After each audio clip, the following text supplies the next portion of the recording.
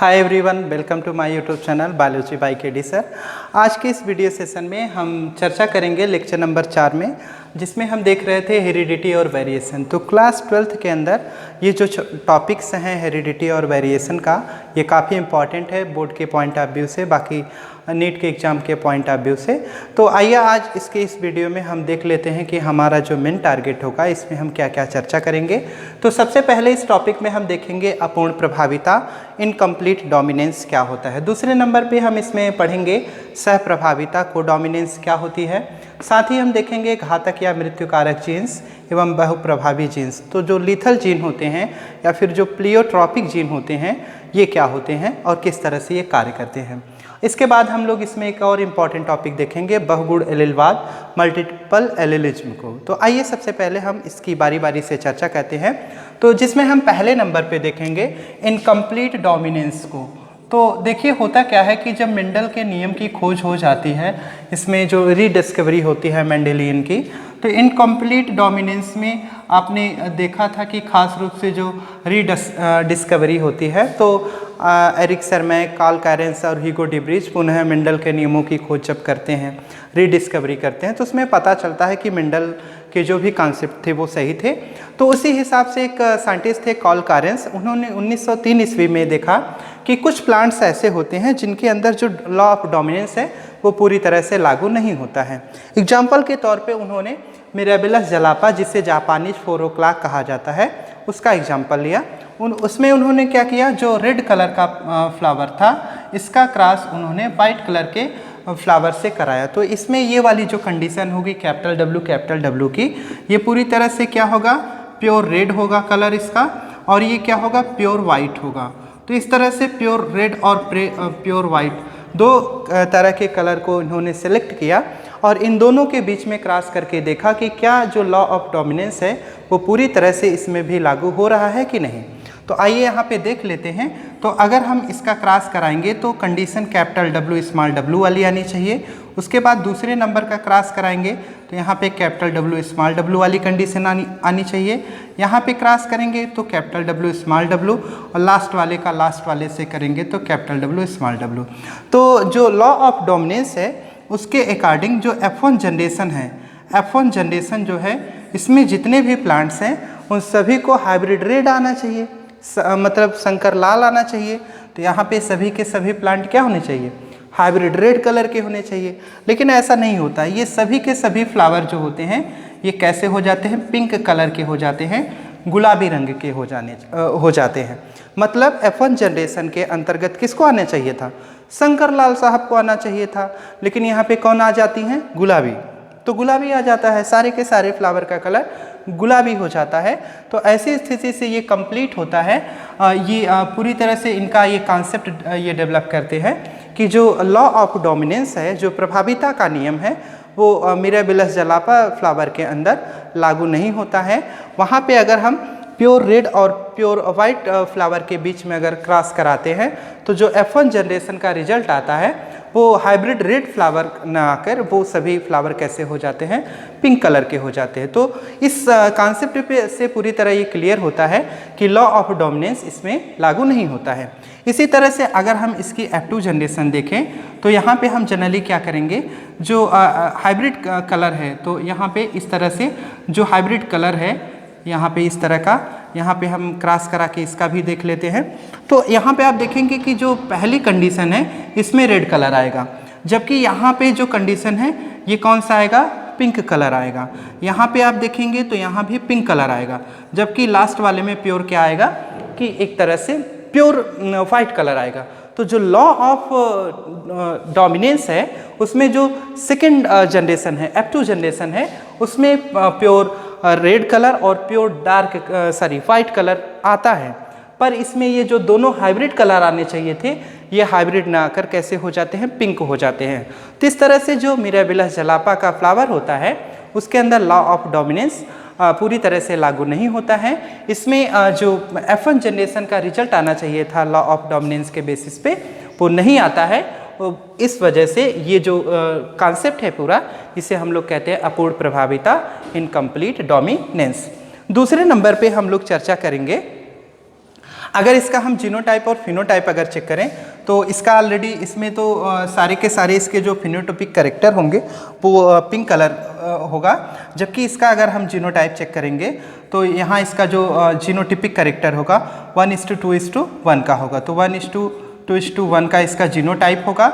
जबकि अगर इसका फिनोटाइप देखेंगे तो फिनोटाइप भी इसका क्या होगा 1:2:1 का होगा। तो इसका जीनोटाइप और फिनोटाइप आप देख रहे हैं सेम आ रहा है, जबकि जो F2 जनरेशन है उसमें जो फिनोटिपिक कैरेक्टर आना चाहिए 3:1 का आना चाहिए, और जो जीनोटिपिक कैरेक्टर आना चाहिए वह 3:1 का 1:2:1 का जीनोटाइप और 3:1 का फिनोटाइप आना चाहिए। जबकि आप देख रहे हैं इसमें दोनों के दोनों जो कैरेक्टर हैं वो दोनों सेम आ रहे हैं। तो ऐसी स्थिति के कारण हम ये पूरी तरह से क्लियर होता है कि ये जो लॉ ऑफ डोमिनेंस है वो मिराबिलस जलापर फ्लावर के अंदर पूरी तरह से लागू नहीं होता है। दूसरे नंबर पे हम लोग यहाँ पर देखेंगे कि सहप्रभाविता कोडोमिनेंस क्या होता है। तो सहप्रभाविता में अगर आप देखेंगे कोडोमिनेंस में देखेंगे तो जो कोडोमिनेंस वाली कंडीशन है यहाँ पे अगर आप ध्यान दीजिए तो कोडोमिनेंस क्या होता है। जब हम जनरली क्या करेंगे कि ऐसी स्थिति के कारण अगर हम जैसे मवेशी को सिलेक्ट करें, जैसे कुछ छोटे किस्म के जो मवेशी होते हैं उन्हें अगर हम लोग सिलेक्ट कर लें, तो ऐसी स्थिति के कारण यहाँ पे अगर हम कलर की बात करें तो जैसे लाल रंग के कुछ मवेशी होते हैं प्योर लाल रंग के होंगे, और कुछ सफ़ेद कलर के होंगे प्योर सफ़ेद वाइट कलर होंगे। तो अगर इन दोनों का भी हम क्रॉस कराएंगे तो जो F1 जनरेशन होगी, F1 जनरेशन के अंदर हमें रेड कलर या फिर वाइट कलर प्राप्त होना चाहिए था, लेकिन यहाँ पे ऐसा कुछ नहीं होता है।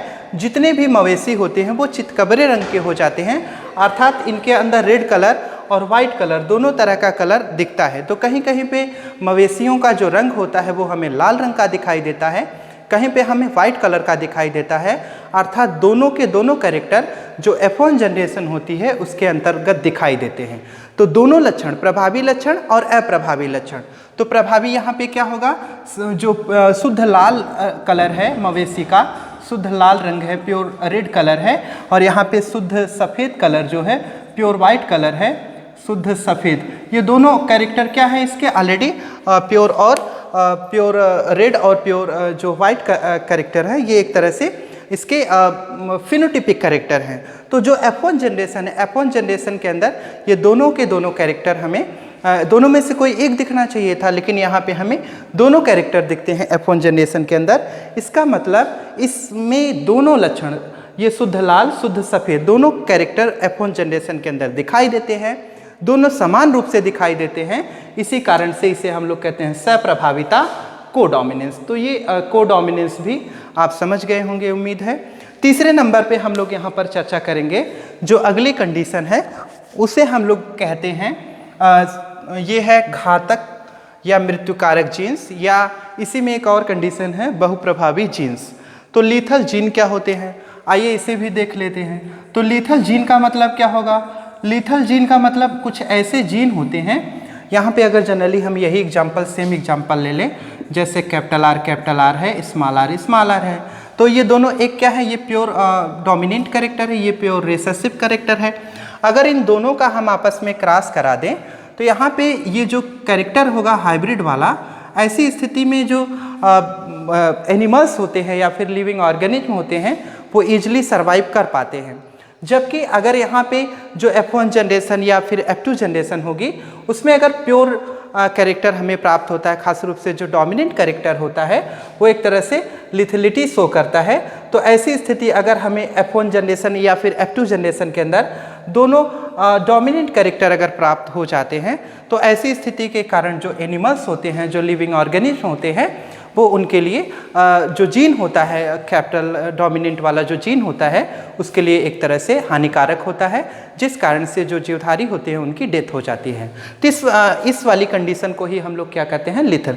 तो यहाँ पे आप ध्यान दीजिए जो डोमिनेंट कैरेक्टर और जो रिसेसिव कैरेक्टर है दोनों एक तरह से यहाँ पे घातक होते हैं, मृत्युकारक जीन्स होते हैं, पर इसमें ज़्यादातर कंडीशन में देखा गया है कि जो डोमिनेंट कैरेक्टर है, डोमिनेंट कैरेक्टर ही एनिमल्स के लिए या फिर लिविंग ऑर्गेनिज्म के लिए लिथलिटी शो करता है। तो इस तरह से ये वाला मैटर भी क्लियर होता है।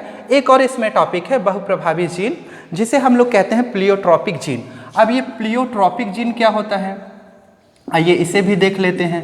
प्लियोट्रॉपिक जीन की अगर हम बात करें तो जो प्लियोट्रॉपिक जीन होते हैं ये भी बहुत सिंपल सा कॉन्सेप्ट है।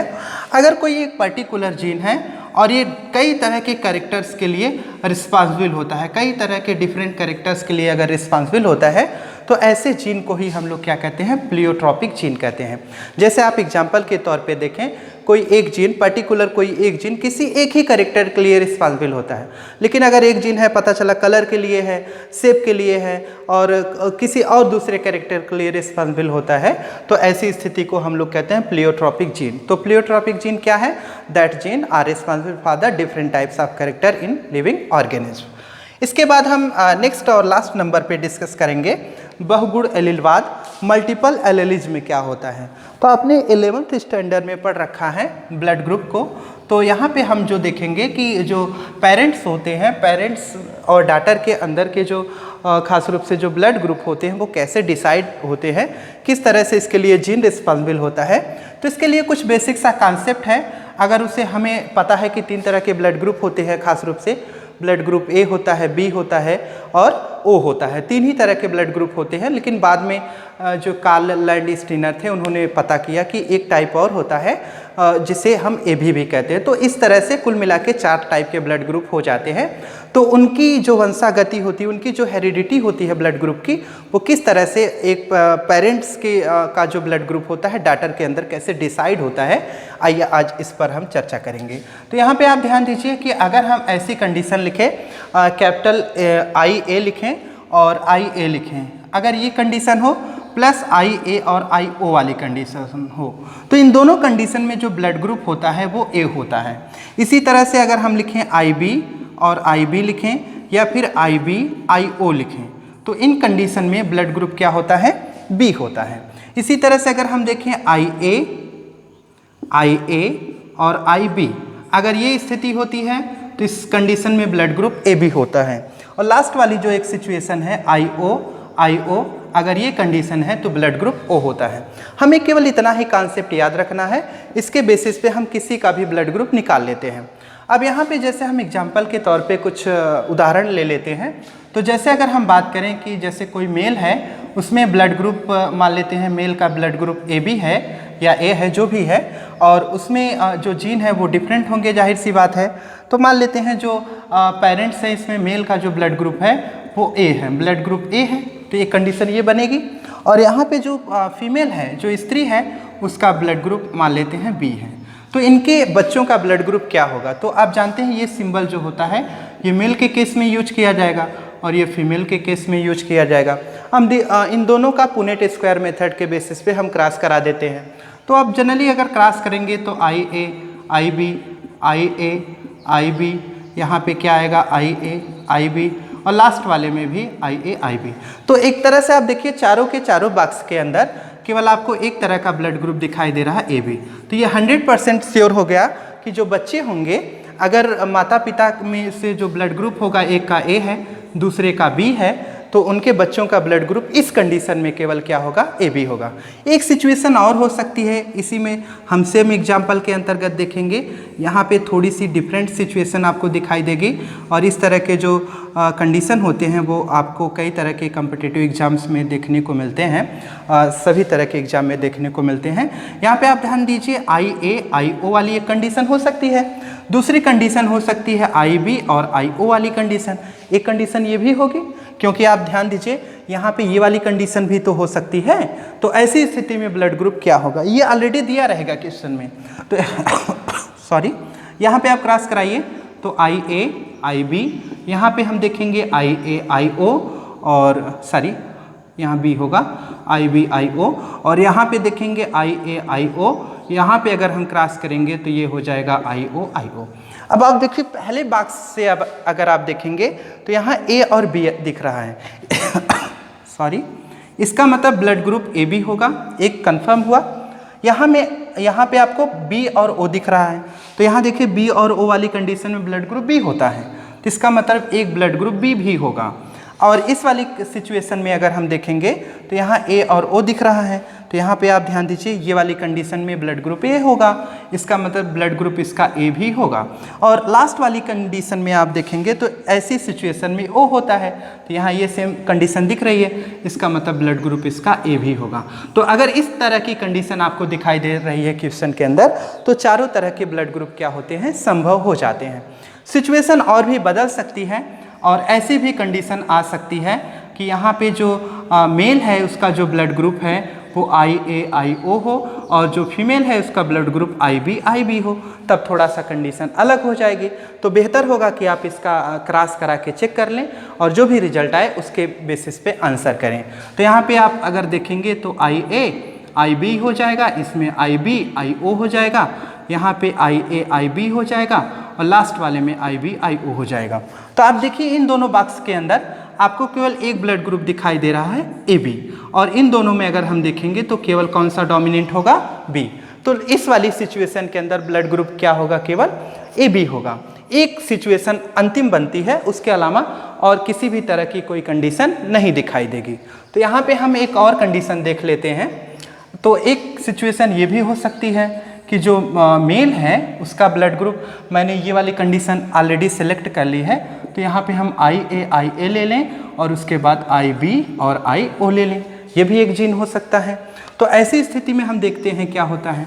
यहाँ पे आप क्रॉस करके देखिए IA-IB, IA-IB इसमें आया, उसके बाद इसमें देखेंगे IA-IO और यहाँ लास्ट वाले में अगर चेक करेंगे तो IA-IO। तो आप देखिए ऊपर के दो खानों से जो ब्लड ग्रुप है वो AB कंफर्म हो रहा है, जबकि नीचे के जो दो खाने हैं इससे ब्लड ग्रुप A केवल क्लियर हो रहा है।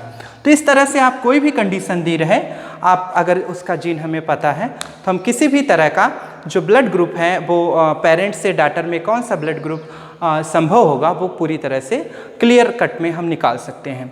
एक क्वेश्चन पूछा जाता है, काफ़ी इंपॉर्टेंट क्वेश्चन है, लगभग सभी तरह के एग्जाम्स में पूछा जाता है कि यदि इसमें आपने सुना होगा नाम RH फैक्टर का, तो आइए आज हम उस पर चर्चा कर लेते हैं कि RH फैक्टर क्या होता है।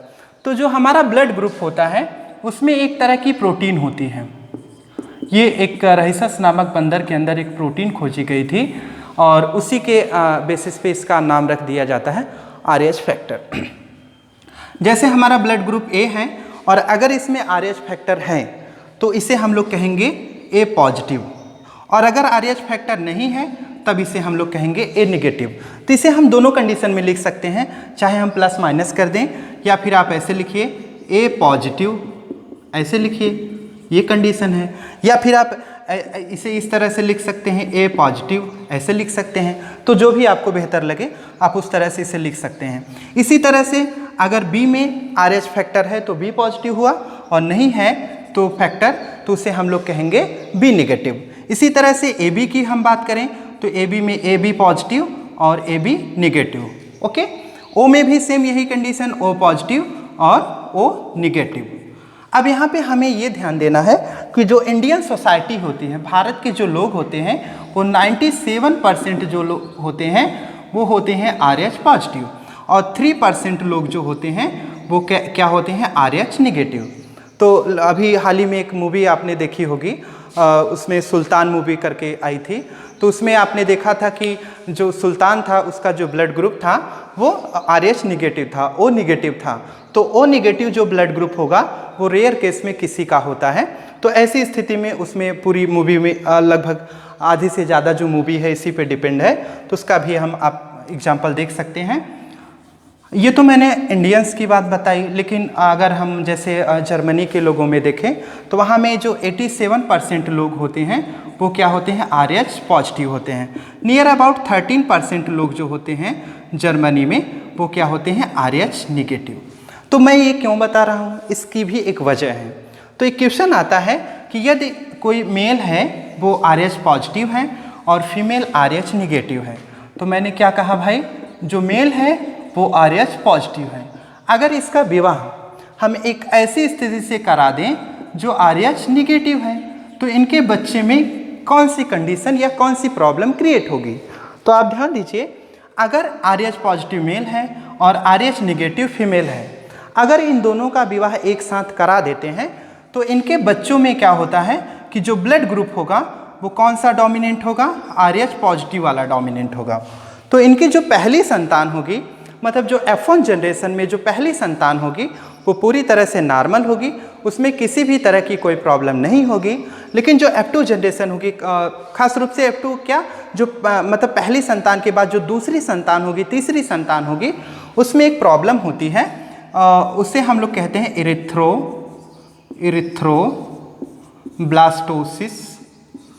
ब्लास्टोसिस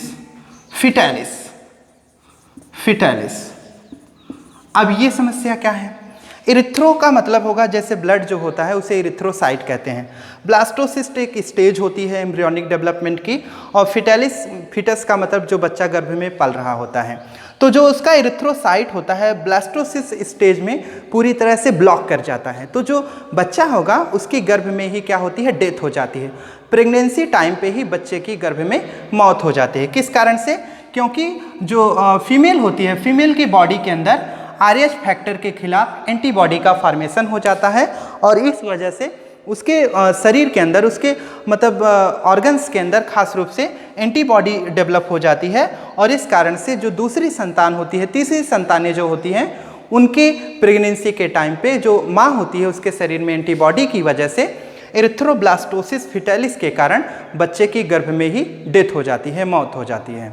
तो ये कंडीशन है। हाँ, अब क्या इसका कोई इलाज है? तो एक टीका वैज्ञानिकों ने खोजा है जिसे हम लोग कहते हैं एंटी-रैगहम। तो एंटी-रैगहम नामक एक टीका है। अगर हम इसका उपयोग करें तो ये जो एरिथ्रोब्लास्टोसिस फिटालिस वाली जो प्रॉब्लम है, इससे भी हम आसानी से बच सकते हैं। एक कंडीशन और भी है, क्या हम RH पॉजिटिव मेल है और RH पॉजिटिव फीमेल है, अगर इन दोनों का विवाह कर दें तो कोई दिक्कत होगी? तो आप देख रहे हैं मेल भी पॉजिटिव है, फीमेल भी पॉजिटिव है, तो इसका मतलब बच्चा भी क्या होगा, RH पॉजिटिव होगा। तो ऐसी सिचुएशन में किसी भी तरह की कोई प्रॉब्लम नहीं होगी। अगर हम थोड़ा कंडीशन अलग कर दें, यहाँ पे हम RH निगेटिव मेल कर दें और RH पॉजिटिव फीमेल कर दें, तो अब क्या कोई समस्या होगी? तो बच्चा क्या होगा, RH पॉजिटिव होगा, क्योंकि इसमें ये फैक्टर डोमिनेंट होगा, पॉजिटिव फैक्टर डोमिनेंट होगा। तो बच्चा RH फैक्टर है, RH पॉजिटिव होगा इसमें फैक्टर। तो ऐसी स्थिति में बच्चा क्या होगा, पूरी तरह से नॉर्मल होगा। और नॉर्मल क्यों होगा? इसमें एरिथ्रोब्लास्टोसिस फिटालिस वाली कोई भी प्रॉब्लम नहीं होगी। क्यों नहीं होगी? क्योंकि देखिए भाई, जो प्रेगनेंसी होगी वो तो फीमेल के केस में होगी, मेल के केस में तो प्रेगनेंसी होगी नहीं, मेल को तो प्रेग्नेंट होना नहीं है। तो ऐसी स्थिति में जब भी कंडीशन एरिथ्रोब्लास्टोसिस फिटालिस वाली होती है तो उसके लिए केवल एक कंडीशन लागू होती है, जिसमें फीमेल क्या होती है, निगेटिव होती है, और मेल क्या होता है, RH पॉजिटिव होता है। केवल यही सिचुएशन आप याद रखिए। मतलब मेल क्या होगा, RH पॉजिटिव होगा, RH पॉजिटिव मेल होना चाहिए, और इसका विवाह हम किससे कराएंगे, RH निगेटिव फीमेल के साथ कराएंगे। तो इस वजह से जो एक प्रॉब्लम क्रिएट होती है, उस प्रॉब्लम को हम लोग क्या नाम देते हैं, इसे हम लोग कहते हैं एरिथ्रोब्लास्टोसिस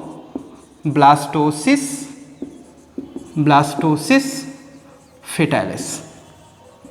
तो उम्मीद है आज का वीडियो आपको पूरी तरह से समझ में आया होगा। किसी भी तरह की समस्या के लिए आप कमेंट कर सकते हैं, हम आंसर करेंगे। आज के लिए बस इतना ही, धन्यवाद।